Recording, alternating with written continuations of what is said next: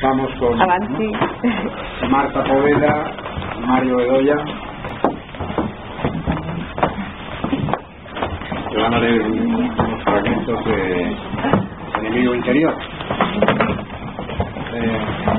El amor de lado es una cosa inédita hasta hoy, y también inédita en escena, no se ha representado nunca. Enemigo Interior estaba inédita hasta una edición digital de Buenos Aires, del Celtic, y se estrenó en Santiago de Chile, pero no en España. En España, en Europa, que yo sepa, es completamente inédita. Y bueno, voy a leer la acotación inicial. Quizás sí. No, las pausas no las hacéis vosotros. Dice la acotación inicial. Bueno, hay una cita de Walter Benjamin. Esta obra, bueno, ya perdón por mi compulsión didáctica, tiene que ver con la memoria, pero así como en otra obra, que por cierto estrenó Marta Poveda, se llama Flechas del Ángel del Olvido, y editó también Ñaque, editora hermosamente. Trataba el tema de la amnesia individual, aunque convertida en una especie de epidemia juvenil, ¿no? La obra está situada en un vago futuro en donde ya la amnesia está muy extendida entre los jóvenes, ¿no? Probablemente alimentada, y en esta, en cambio, quería tratar también la memoria individual, pero al servicio de la historia. Es un viejo militante, como ha dicho Alberto Fernández, que ha participado en todas las causas perdidas del siglo XX y algunas inventadas por mí, ¿no? Quiero decir que cuando me planteé la escritura de este trabajo sobre en qué medida la memoria individual vinculada a la memoria histórica tiene mucho de fabulación, tiene mucho de fricciones con lo real, con otros intereses en preservar o no preservar esa memoria, etcétera, etcétera, dudé si el personaje podía tener una identidad concreta, por ejemplo, un trotskista español que había participado en la guerra civil. Ahí naturalmente tenía el modelo de Jordi Dauder, que venía del trotskismo, ¿no? Incombustible, o bien hacer un personaje que pudiera haber existido en cualquier otra circunstancia histórica, o sea, que el espectador tuviera que decidir con su enciclopedia biográfica de qué países, de qué revoluciones, de qué guerras, de qué causas perdidas estaba tratando cada una de las situaciones, ¿no? Eso lo digo porque sí. Interrumpo un segundo, sí, porque me gustaría presentar los personajes tal cual los presenta José, porque es muy especial el presentado de los personajes. Personajes, dice: Arimán Costa, exiliado absoluto; Beatriz, escribiente y guía relativa; Coulding, editor universal; Delia, ¿quién? Esos son los personajes. Vale. Bueno, no explico nada de los personajes. Pero no es fácil descubrir el precario refugio de Arimán Costa, nombre por lo demás incierto, la estancia en que transcurre su último exilio. Es sin duda una sala espaciosa y alejada del suelo. El gran ventanal del fondo solo permite ver el cielo, pero el exceso de muebles y objetos heterogéneos desdibuja su identidad real. Destacan, eso sí, 2 o 3 armarios, un gran sillón, una pequeña mesa de trabajo con un montón de hojas, algún estante repleto de libros y papeles en desorden, algo que pudo ser un mueble bar y, por descontado, un aparato de música. Las paredes, en cambio, exhiben una desoladora desnudez. Quizás pueda también llamar la atención ante el ventanal del fondo un pequeño telescopio. Y no podemos dejar de señalar las 2 indispensables puertas, una que da al exterior y junto a ella un teléfono interior con pantalla, y otra para acceder a zonas más privadas de la casa. En conjunto, incluyendo en ello la propia forma de la estancia, todo contribuye a negar la regularidad, la simetría, el equilibrio. Ahora es media tarde y por el ventanal del fondo unas pocas nubes de lento caminar recogen el declinar del sol. En la sala hay 2 personas, un hombre viejo, aunque robusto, y una mujer joven, aunque frágil. Él es Arimán y ella Beatriz, ambos en silencio, pero ella está sentada ante la mesa, casi inmóvil, y él de pie, paseando de un lado a otro. se adivina su esfuerzo al pensar. Pronto descubriremos que él está dictando y ella escribiendo sus palabras, pero por el momento las palabras no acuden. Ha de transcurrir antes un buen par de minutos. Podrían atravesar el cielo allá a lo lejos algunas aves perezosas, pero no es necesario. El viejo por fin deja de caminar. Depende de que haya presupuesto, ¿no?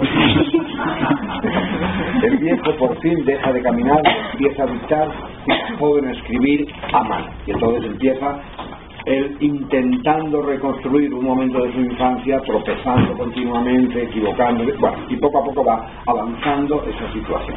Y vamos a leer en la página 91, principio de la 91. La 91, vale. Ha habido ya varios desequilibrios. Ella de pronto no parece no entender, o no escucha, o va lenta, él se contradice. Bueno, estamos viendo que la reconstrucción de la memoria es muy, muy conflictiva, muy problemática, incluso para él mismo. Entonces ella corrige una indicación que le ha hecho él y sigue.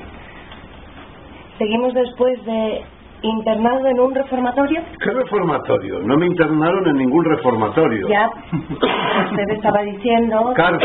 Cárceles fueron las que trataron de cortarme las alas.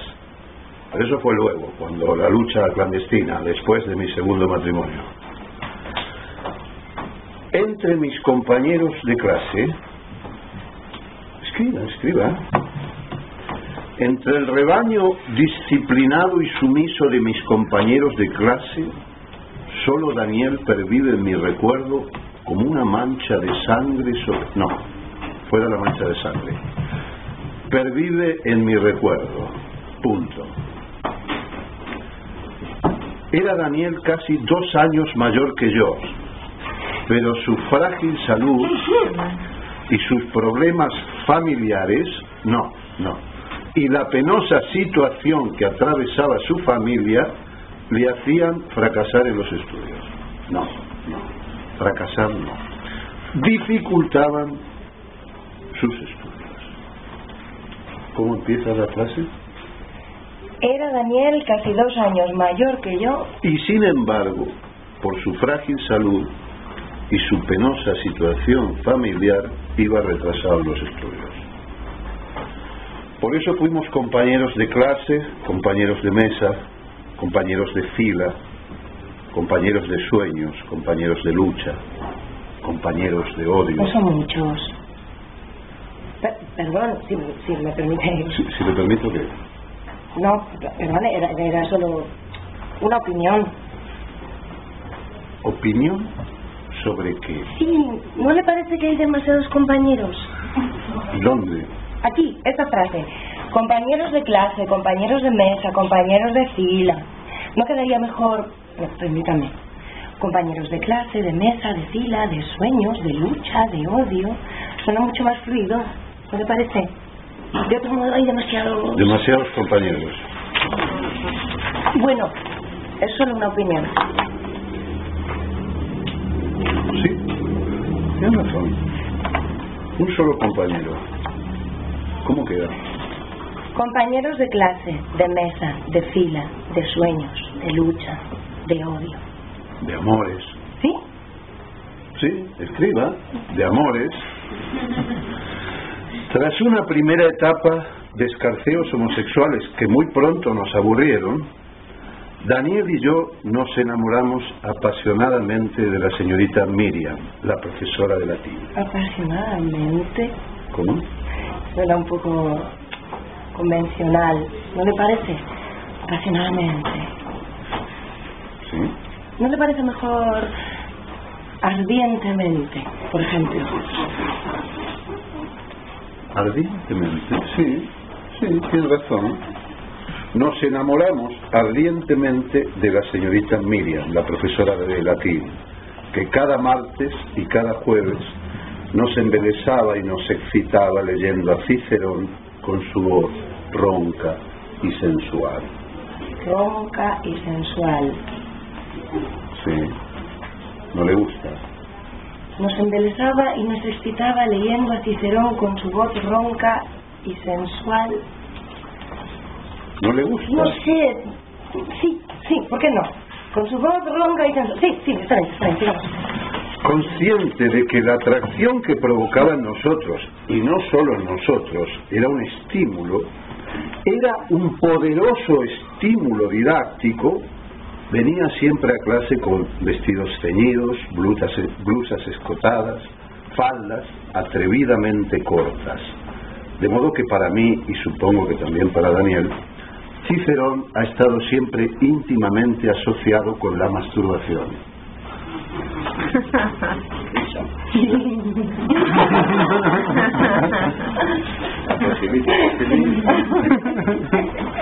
¿Le hace gracia? Pues es verdad, cada vez que... No, me río de... Es por la rima. Cicerón, masturbación. Todo es un efecto cómico, la rima en on.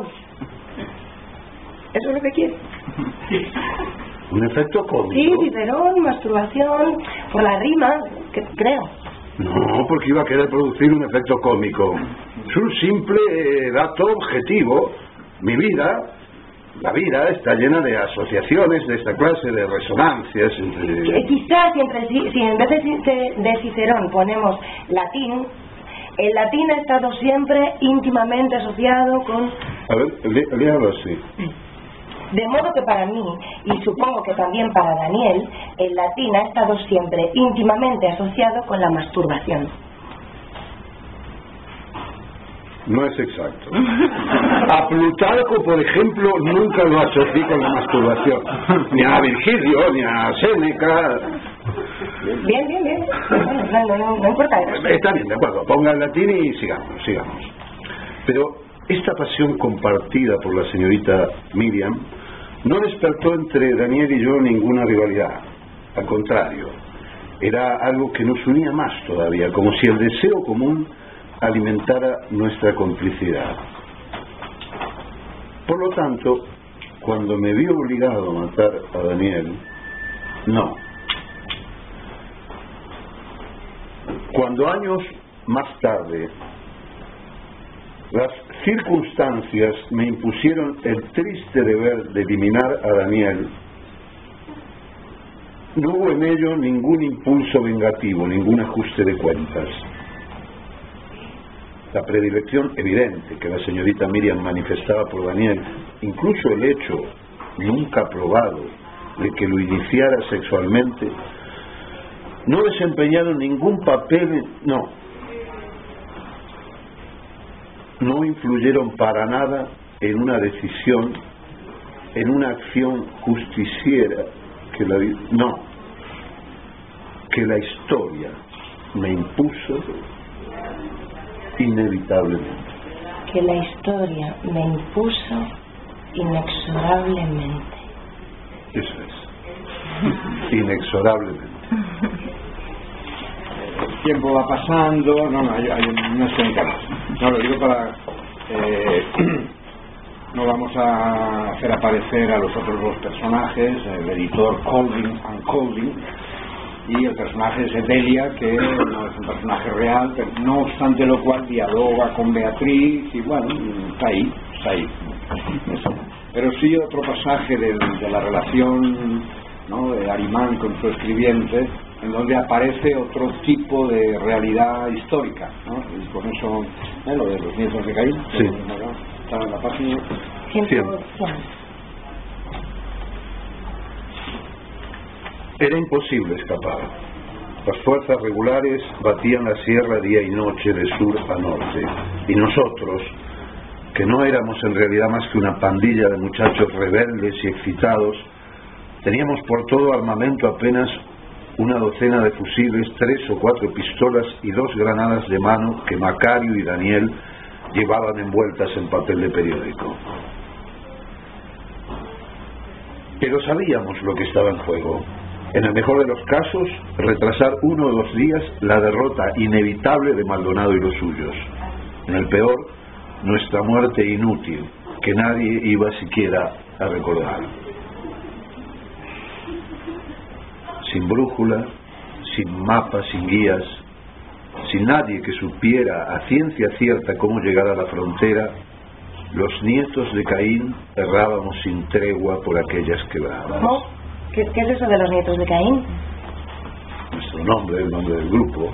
Los nietos de Caín. Sí, así es como nos llamaban Maldonado. No, lo ha dicho antes, quizás habría que ponerlo. ¿No? Quizás habría que aclararlo. Fue después de la primera escaramuza en Grisales, no la he contado. La escaramuza sí, pero... Y la fiesta después con el bautismo y el rito de la pólvora y la sangre. No, eso no. El episodio terminaba con el recuento de los muertos. Aquí está. El recuento de los muertos, que resultaron ser 14, porque Slater moriría pocas horas después, apenas su escuadra llegó al campamento. Y luego ya vienen los preparativos del asalto a Meilen y el encuentro con... No, estoy seguro de que lo conté ayer, o anteayer, no sé, pero lo recuerdo perfectamente, lo veo. La luz de las hogueras, las canciones, sí, la fiesta de la sangre, el bautismo. Sí, puede que lo recuerde, pero... Claro que lo recuerdo. Pero no me lo dictó. Minuto a minuto, cada gesto, cada gota de sangre. Ni ayer ni anteayer. 1000 veces lo he contado, lo estoy viendo como si... A mí no, se lo aseguro. Y hasta la voz de Maldonado escucho llamándonos los nietos de Caín. Se da un manotazo y asegurar todas las hojas que Beatriz le muestra, ¿no? Y sigue excitado. ¿Quiere robarme la noche más salvaje, más hermosa, más...? ¿Quién es usted? ¿Beatriz se llama? ¿Está segura? Dígame, vamos. Diga, me llamo Beatriz. Me llamo Beatriz. Quizás sí. Pronuncia su nombre con la saliva exacta, pero eso no significa nada. O sí, pero no garantiza su inocencia. Llamarse Beatriz no es un salvoconducto para entrar en mi vida y censurar las noches que no le convienen, o que no le gustan, o le dan miedo, o piensa que irritarán a las futuras generaciones. Eso a mí no me importa. Aquí el único dueño de mis noches soy yo. Y tampoco es que escriba para las generaciones futuras. ¿Sabe una cosa? En realidad escribo todo esto, mi vida, o lo que sea, para las generaciones pasadas. Ellas me pagan más que Colin and Colin. Dicen que el tiempo pasa, pero no es verdad, no pasa, se queda ahí todo, ahí en alguna parte, como enrollado, como apelmazado. Lo difícil es desplegarlo, desenredarlo y devolverle el orden verdadero.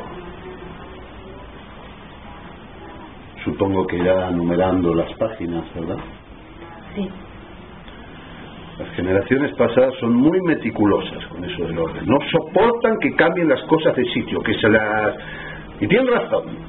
Un pequeño error y ya nada es lo que fue. Se desorientan, se desquician, naufragan en su propia incertidumbre.